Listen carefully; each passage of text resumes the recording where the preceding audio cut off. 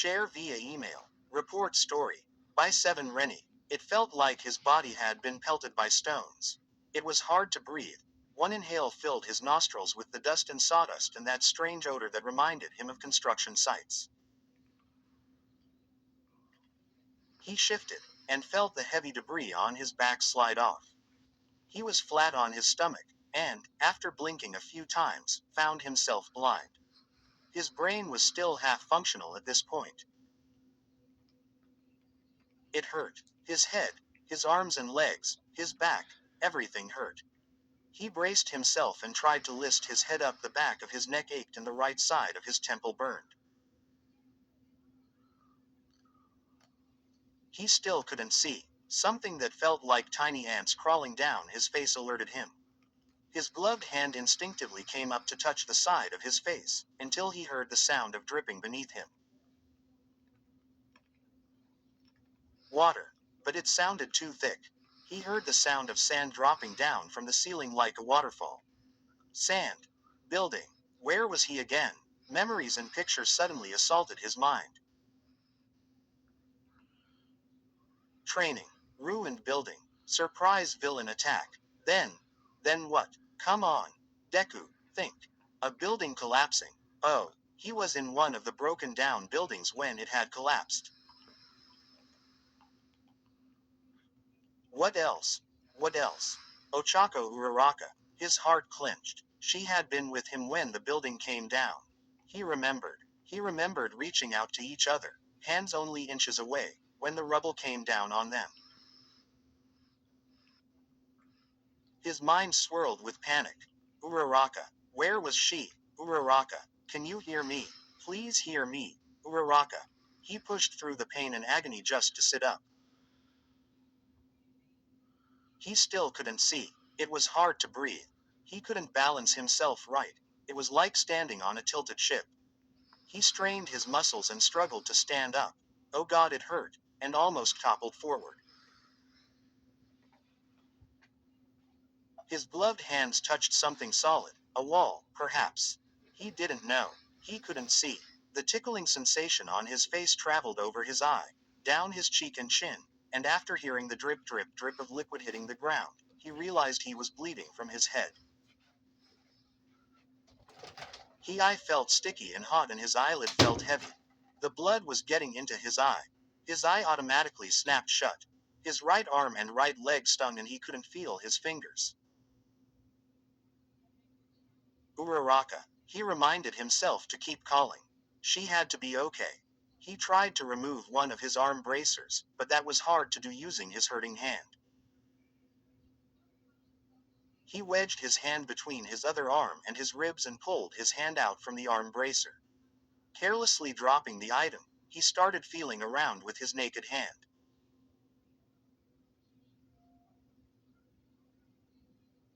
He couldn't see. The ringing in his ears obscured his hearing. His whole side hurt, and all he could smell was sawdust and dirt. He limped through the darkness, calling out for his dear friend, not knowing where he was going. Urara. Gah. His foot hit something and he stumbled forward, face planting into rubble. He hissed as pressure was added to his injuries. Something briefly brushed over his knuckles. He gasped and his head snapped up. Something soft touched his hand. He turned his hand over and felt the other person's palm, then felt the little paw pads at the fingertips. Deku. It was a whisper, and even through the buzzing in his ears, he heard her. Uraraka. He answered back, letting her know he'd heard her. He dragged himself closer using his elbow and gripped her hand tighter. It's me, Uraraka. I'm here. Promoted stories. You'll also like. Free. Onishots 149K3K. This is a collections of free X readers. Requests on this are now closed. Her prince from the underworld, half demon is. 0.25.6K 450. It's basically the same story as my Succubus Momo X Deku story. I know. Real original, but hey, now you guys get a Deku from the other side of the tracks. The hero who sings with a smile 38.2k 363 high. Guys, this is my first story I write on Wattpad. I hope you like it. Izuku's Harem Academia 184k 1.7 Qst. Read. Convicted Hearts 3390 like my other story but ILI longer. The Hero's Return MHAXJJK, ongoing 113k 1.7k and quad. Izuku. Midoriya, after being betrayed and killed, vanishes leaving hurt people behind. After 2 months and a hack, he come back. Changed. How will the class re?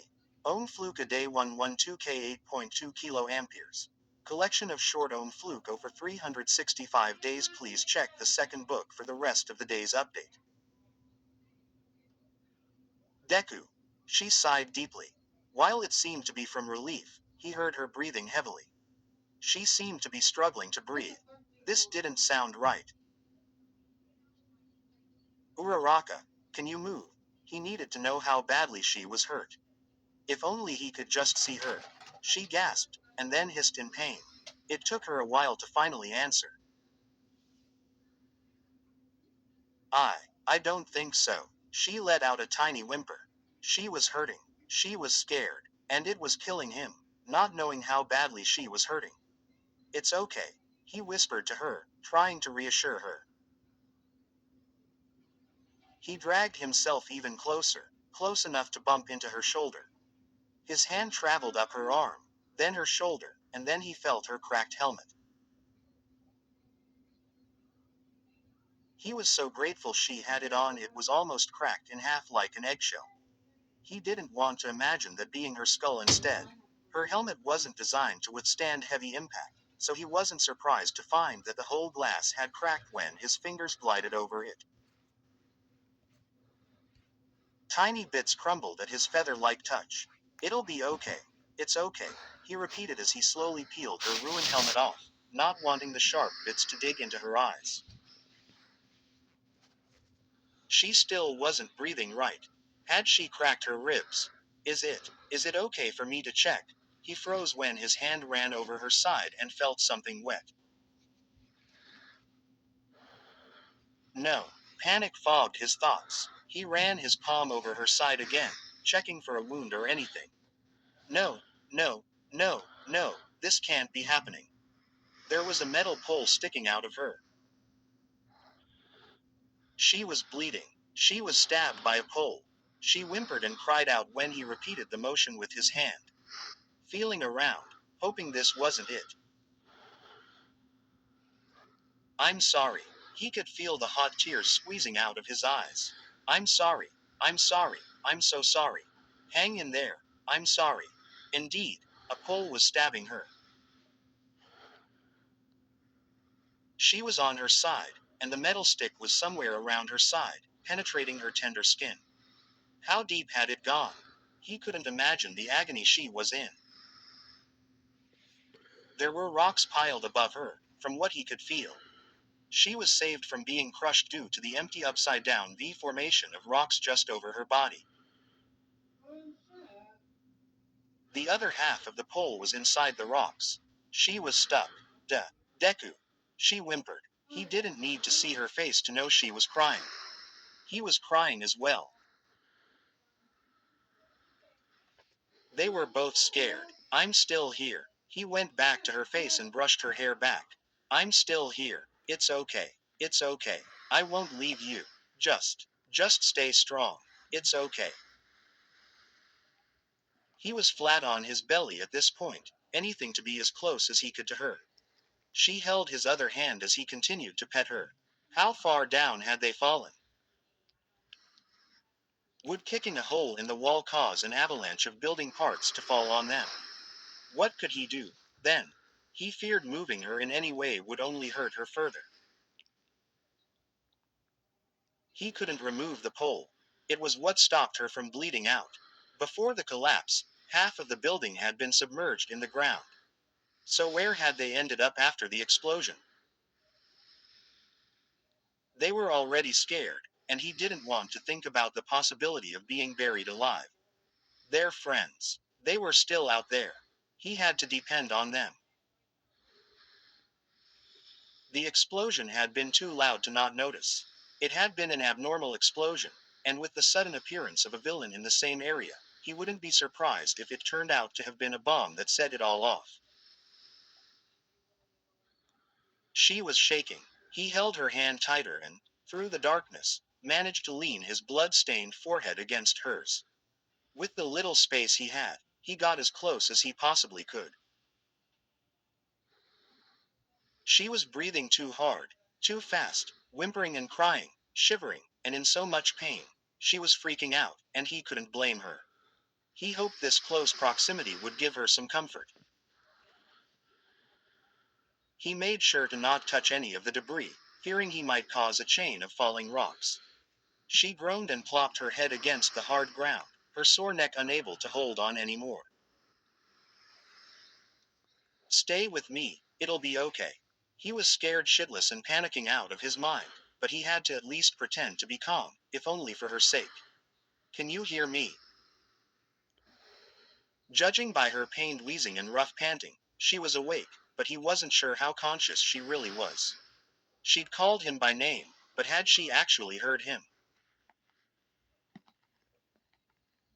Or had she just called for him because he had been the last person she'd seen when they fell? Quote dot dot dot. Yeah, I'm sorry. He wasn't sure why she was apologizing, but he had a feeling she was blaming herself. He gently rubbed his forehead against hers. The blood from his head wound trickled down over her, smudging her hair a darker brown. Red lines and droplets decorated her face. We'll get out, he assured her. Just breathe, okay? Try to stay awake. You're so strong. You can. Quote dot. He kept his head pressed. So strong. You can do it. Keep her calm. Keep her calm. Ignore the fact that she was a freaking hole in her side and just keep her calm. Never mind how dizzy he felt. Never mind how it seemed like he was being tossed around by unforeseen waves. She mattered more. They were both sweating and shivering and unable to get up.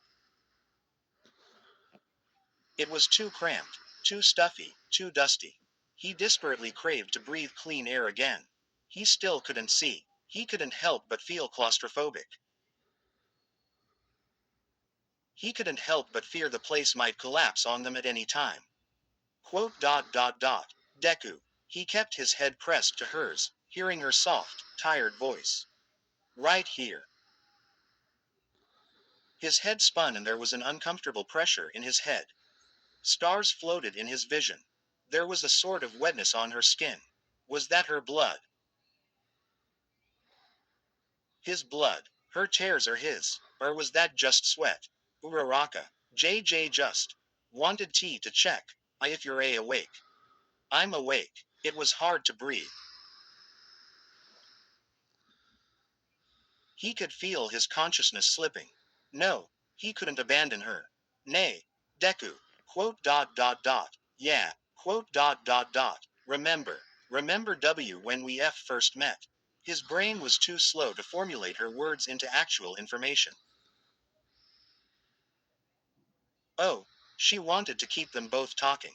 Okay, he could manage that. Yeah, his words were delayed, as if his mouth was too tired to cooperate with the signals sent from his brain. Why you saved me. Twice. Despite his throbbing head and feeling like crying all over again, he managed a weak chuckle. I was so nervous. You saved me. Her voice was a tiny whisper due to the excruciating pain. You're so cool, Deku. She sighed and took a few minutes to catch her breath. You made me. Try my best. Because I want to be cool like you. Uraraka, you're amazing, and kind, and be brave. In the darkness of this empty, quiet void, there was a flutter of tiny wings. A blue butterfly landed right at the tip of a sharp chunk of rock. It had strayed too far from the green bushes and white flowers outside. Uraraka. You're amazing. He finally managed to choke out. Thick bile clogged his throat. He tried to move his legs, but they weren't responding to his commands. It was hard to stay focused. Stay up. Stay up. Don't pass out now. He combed his fingers through her hair, and she tiredly brought his hand to her neck. They were both too shaky to pay attention to how close their faces were.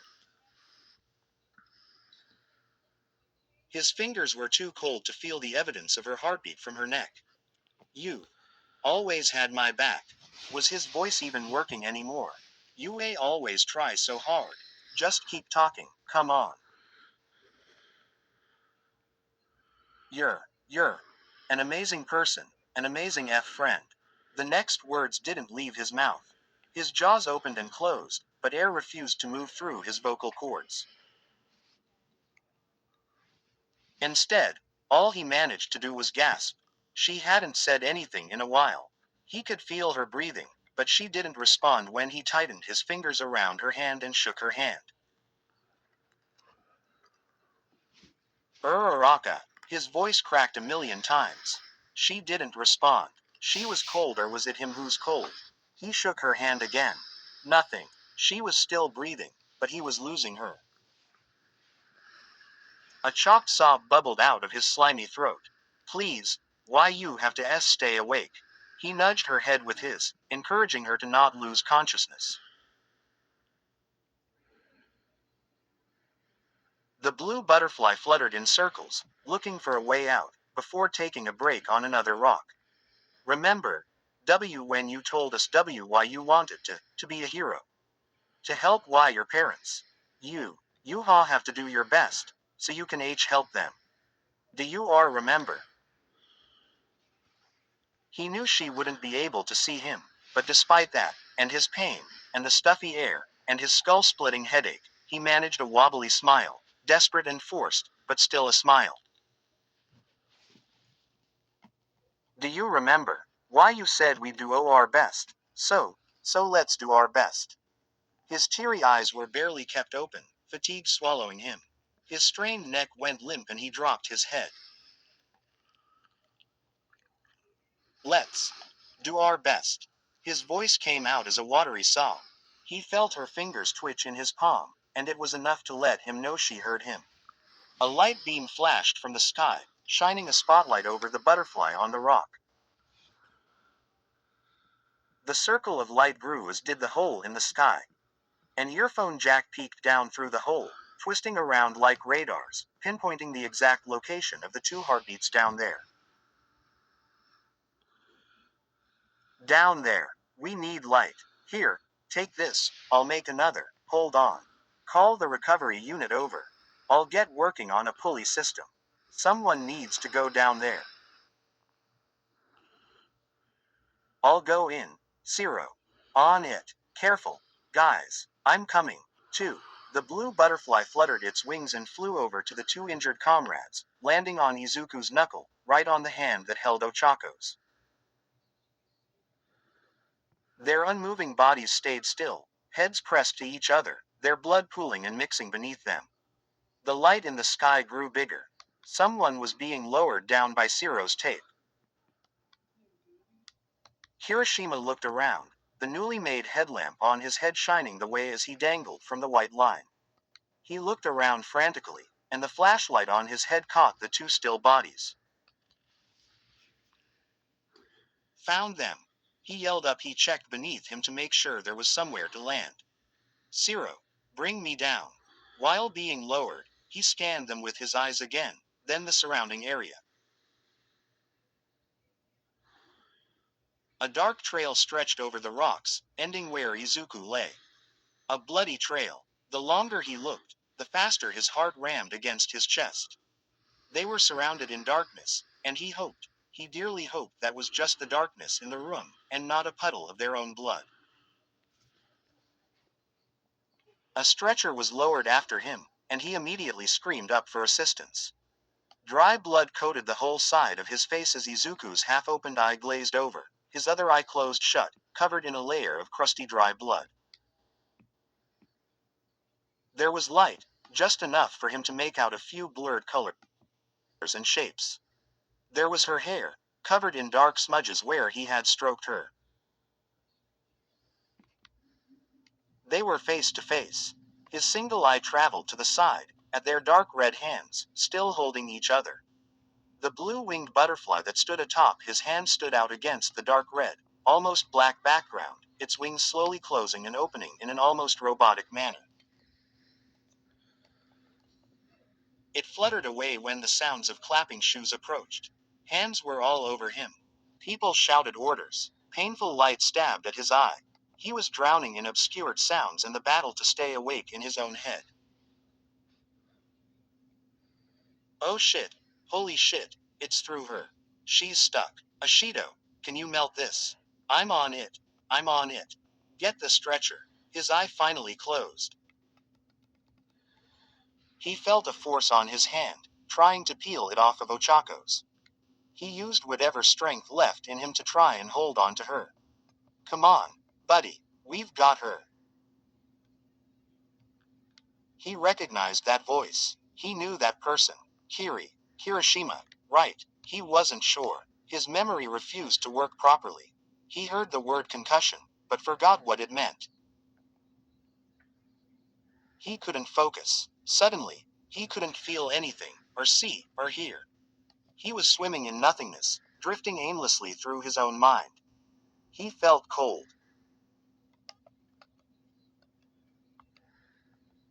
Was time passing by? For how long had age been like this? He was so confused. There was a sudden coldness in his chest. He cracked his eyes open, and then regretted it immediately when blinding light assaulted his vision. He tried again, willing himself to push through the pain and figure out what was going on a white ceiling. His eyes traveled to the side, and he saw the IV drip hanging by a hook. He blinked to clear his mind. Midoriya. Izuku slowly turned to see who had spoken. Iida closed the book he had in his hands and carefully placed it aside. You're awake. I'm so glad you're okay. Izuku blinked again, still not fully awake. He glanced down at his bandaged hand and the needle stuck to him. His hand. He had been holding hers. Hers. I'll go get the doctor, Iida said and was about to stand when a hand brushed over his arm. He looked at Izuku curiously, examining the distress in his features, before realizing what his friend was trying to ask him in his fogged-up mind. Don't worry. Iida got up and pushed the white curtain aside, revealing a sleeping Ochako in a hospital gown, an IV in her arm and other lines surrounding her. The surgery went well. She'll be all right, he informed Izuku kindly. Let me go get the doctor. I'll go ahead and call the others. They've been visiting regularly. Izuku gave him a weak smile, appreciating his friend. The taller young man left, leaving Izuku with Ochako in the other bed. A breathing tube was under her nose and some sort of clip on her finger. He couldn't see it well from where he was. Her breathing was smoother, quieter. She wasn't gasping in pain or crying. She wasn't withering on the floor in her own blood. She wasn't fading away. I'm so glad you're okay, he managed to whisper. He sighed heavily and let himself relax. I'm happy you're okay, too. He snapped back to look at her. She opened her eye and glanced at him, managing a weak smile. Deku. He could truly relax now they were both scarred and tired, but alive. He'd be lying if he didn't admit the experience had shaken, but he couldn't stop here. They couldn't stop here. They had a long way to go, and they'd make sure to do their best. Where stories live. Discover now.